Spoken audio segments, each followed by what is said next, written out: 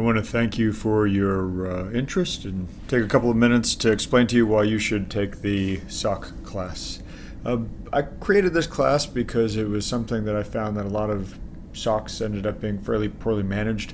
There might have been a tremendous technology investment that was made, hired a lot of people, but then there's not really an effective implementation that there's something to show for it. I see that a lot of staff get hired in, have good intentions, and then end up leaving, not because the tool isn't available, not because they don't like their manager, but a lot of times because they really don't feel like they're doing anything to have some sort of substantial impact to the organization. They can't affect change, they feel powerless, they feel like they're making the same sort of mundane and routine actions over and over again without any real intention to be able to actually change things.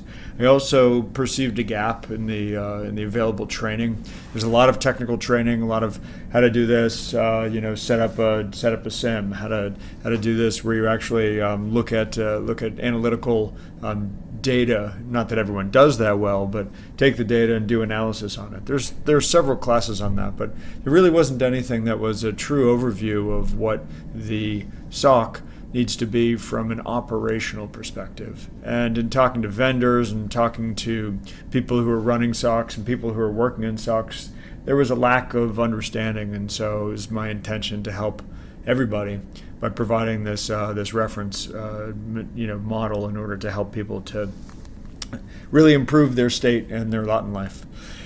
So what I see is that there are a lot of people who are at the technical level. There are less people who are the sort of technical manager or subject matter lead for organizations. This class really is not focused on the people who are doing the technical day in and day out. I mean, they could attend it, but it's not in their wheelhouse exactly. It's the technical manager and the security leadership are the people who I'm really focusing on getting into this class in order to help them to translate between that technical activity and the upper level components of the organization who are trying to run the business and are afraid about the security implications of all the different information systems that they're using. So the technical people have the technical knowledge, hopefully, and the business people have the business knowledge, and we oftentimes are in the middle of that trying to translate between these two different realms. And so the idea of security operations to help with that is it's a comprehensive view of what we have and how those things are weak and what we need to do in order to monitor that weakness in order to be able to respond for this.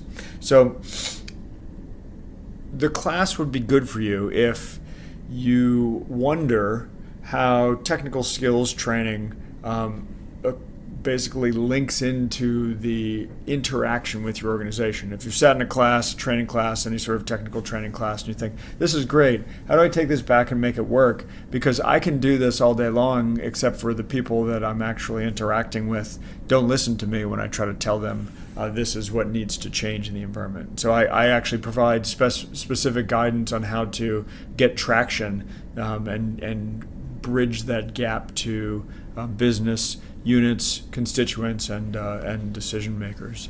If you've been promoted or are transitioning into a leadership role within a SOC, this would actually be a really good class to give you a 360 degree, and maybe more of like a spherical view of what it is that you're dealing with. If you have to build a SOC, you were appointed, you drew the long straw or the short straw, depending upon how you might want to look at it, and you're getting ready to build a SOC and you're looking for guidance on it. This class actually has that. I also have the Gantt chart of the steps to build a SOC. That if you want a shortcut to that, I have some information online about that as well. And it's here are the steps that you need to do in order to build a SOC. Another sort of thing, if you're thinking we have a SOC, but we just don't seem to actually be able to exact change within the organization, and we're still having problems. This class really is helpful to get the right things aligned in order to make you more effective. Might not necessarily be extremely rapid change of culture, but it does advocate changing the organization, and in some cases changing the SOC to better suit the organization. The idea of the class is it's designed around this design, build, operate, mature. So there are some portions that if you already have a SOC, on the one hand might be redundant. You don't need to design it. But on the other hand, would be a really good reflection for you to consider when we built what we built, did we consider these things? And then you can reflect upon, would it be better for us to do a plan to do a completely new SOC, or is there some way that we can adjust from where we are to where we want to be? And that design reflection can help you to drive maturity. So it's this design, build, operate, mature sequence, and this is really the theme of the way that things are approached. I talk about functional areas in order to provide a depiction of the Security Operations Center. You might not have a different group that does each of these things, but the people within your SOC need to do these things. There needs to be some interaction and outreach via what I call the steering committee. You might call that any number of different things, but it is the way that the SOC represents itself to the rest of the organization and how the organization delivers information to the SOC about its changing needs. Command center for being able to manage communications from and to the SOC on an operational basis, whereas the steering committee is more on a strategic basis.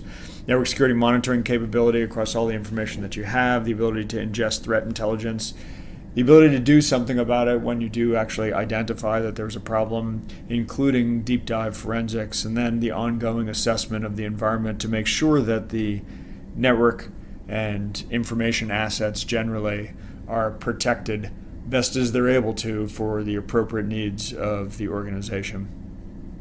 So again, CISO level staff, managers of Security Operations Center, people who actually run CERTs or whatever you call them, fusion centers, whatever terminology you use to depict the idea of we are the responsive capability. It's useful for people in the responsive capability to get a perspective on what the rest of the security operations are supposed to be doing.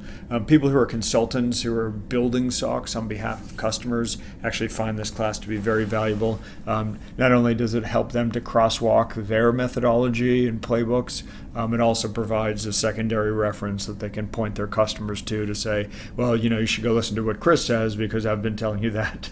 And so here's, a place that somebody else is verifying what I've already told you. And then finally, if you are not specifically one of those people, but you are a project manager helping to build the SOC or somebody who is actually trying to reorient security operations within the organization, this might be a suitable thing. And so these are the essential functions that are depicted inside of this, and you can actually collect that poster if you want to from online. So if you'd like more information and to register, you can go to the soc-class.com URL and scroll down a little bit, and the upcoming classes are there with registration links to them.